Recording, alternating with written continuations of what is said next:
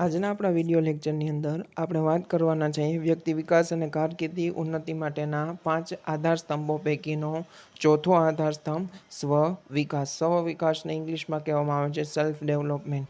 આ બી તમને ક્વેશ્ચનની અંદર પ્રશ્ન સ્વરૂપે પૂછાઈ શકે છે. થોડુંક આઈએમપી છે સ્વ વિકાસ.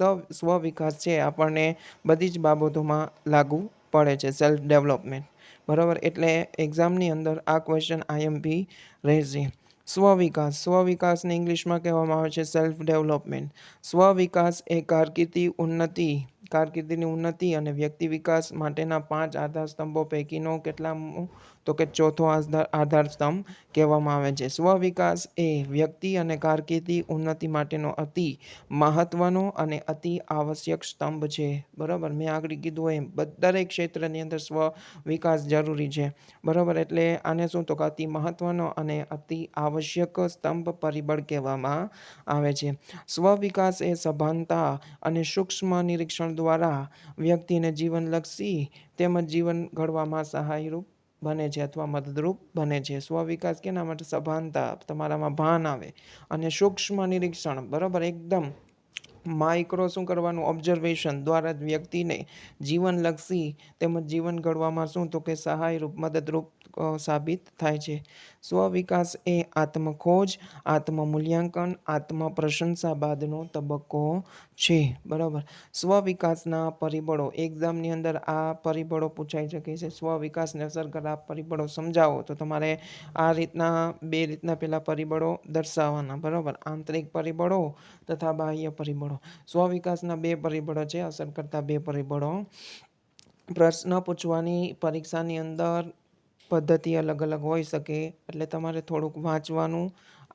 જો યાદ રાખજો, હંમેશા તમારા પ્રશ્નનો જવાબ પ્રશ્નની અંદર જ સમાયેલો હોય છે, એટલે થોડુંક વાંચવાનું. બરાબર, સ્વવિકાસના 2 પરિબળો છે, આંતરિક પરિબળો તથા બાહ્ય પરિબળો. આંતરિક પરિબળોને ઇન્ટરનલ ફેક્ટર કહેવામાં આવે છે, જ્યારે બાહ્ય પરિબળોને એક્સટર્નલ ફેક્ટર કહેવામાં આવે છે. આંતરિક પરિબળોની અંદર કઈ કઈ બાબતનો સમાવેશ થાય તો મેં દર્શાવેલું છે. આંતરિક પરિબળોની અંદર તમારા માતા પિતા, તમારું વાતાવરણ, તમે જ્યાં રહો છો એ આસપાસનું વાતાવરણ, તમારો બાળ ઉછેર, તમારો ઉછેર કેવા વાતાવરણમાં થયો છે, બાળ ઉછેર કેવી રીતના થયો છે, પછી બાળપણનું શિક્ષણ, પ્રાથમિક શિક્ષણ, ઉચ્ચ શિક્ષણ, બરાબર, અને તમારા સંબંધો, રિલેશન્સ.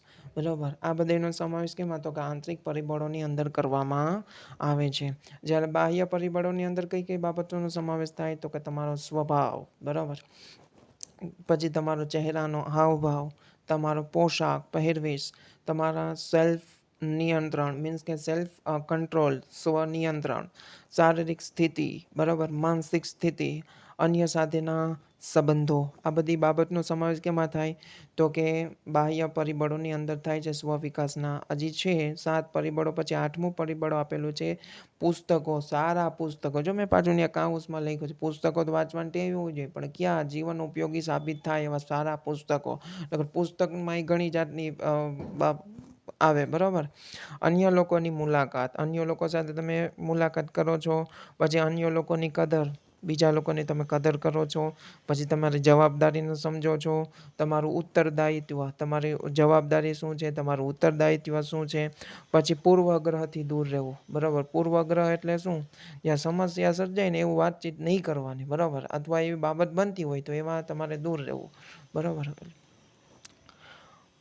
મદદરૂપ થવું, અન્યને મદદરૂપ થવું, પછી સહેલાઈથી મેળવવું નહીં. બરાબર, મફતમાં નહીં મેળવવાનું, સહેલાઈથી નહીં મેળવવાનું. બરાબર, આ બધા બાબત બાહ્ય પરિબળોની અંદર થાય. પછી મફતમાં મેળવવું નહીં, પછી આદર અને સન્માન, પછી નિષ્ફળતામાંથી શીખ, સતત પ્રયત્નશીલ રહેવું. આ બધી બાબતનો કેમાં સમાવેશ થાય તો કે સેલ્ફ ડેવલપમેન્ટના એક્સટર્નલ ફેક્ટર બાહ્ય પરિબળોની અંદર સમાવેશ કરવામાં આવે છે. ખ્યાલ આવ્યો કે નહીં? તો તમે પરીક્ષામાં પ્રશ્ન પૂછાય તો કે વ્યક્તિ વિકાસને અસર કરતા પરિબળો જણાવો, તો પહેલાં તમારે આ રીતના એક પેજની અંદર 2 પાર્ટ આપી દેવાના, ઇન્ટરનલ ફેક્ટર અને એક્સટર્નલ ફેક્ટર. બરાબર, ધેર આફ્ટર તમારે આમના વિશે એક્સપ્લેનેશન મીન્સ કે ટૂંકમાં વધારે પડતું લખાણ લખીને બરાબર, જેમ કે બાળ ઉછેર છે તો બાળ ઉછેરમાં કઈ કઈ બાબતનો સમાવેશ થાય, બાળ ઉછેર એટલે શું, એટલે એ 2-3 લીટીમાં તમારે ડિસ્ક્રાઇબ કરી દેવાનું એક્ઝામ્પલ સાથે.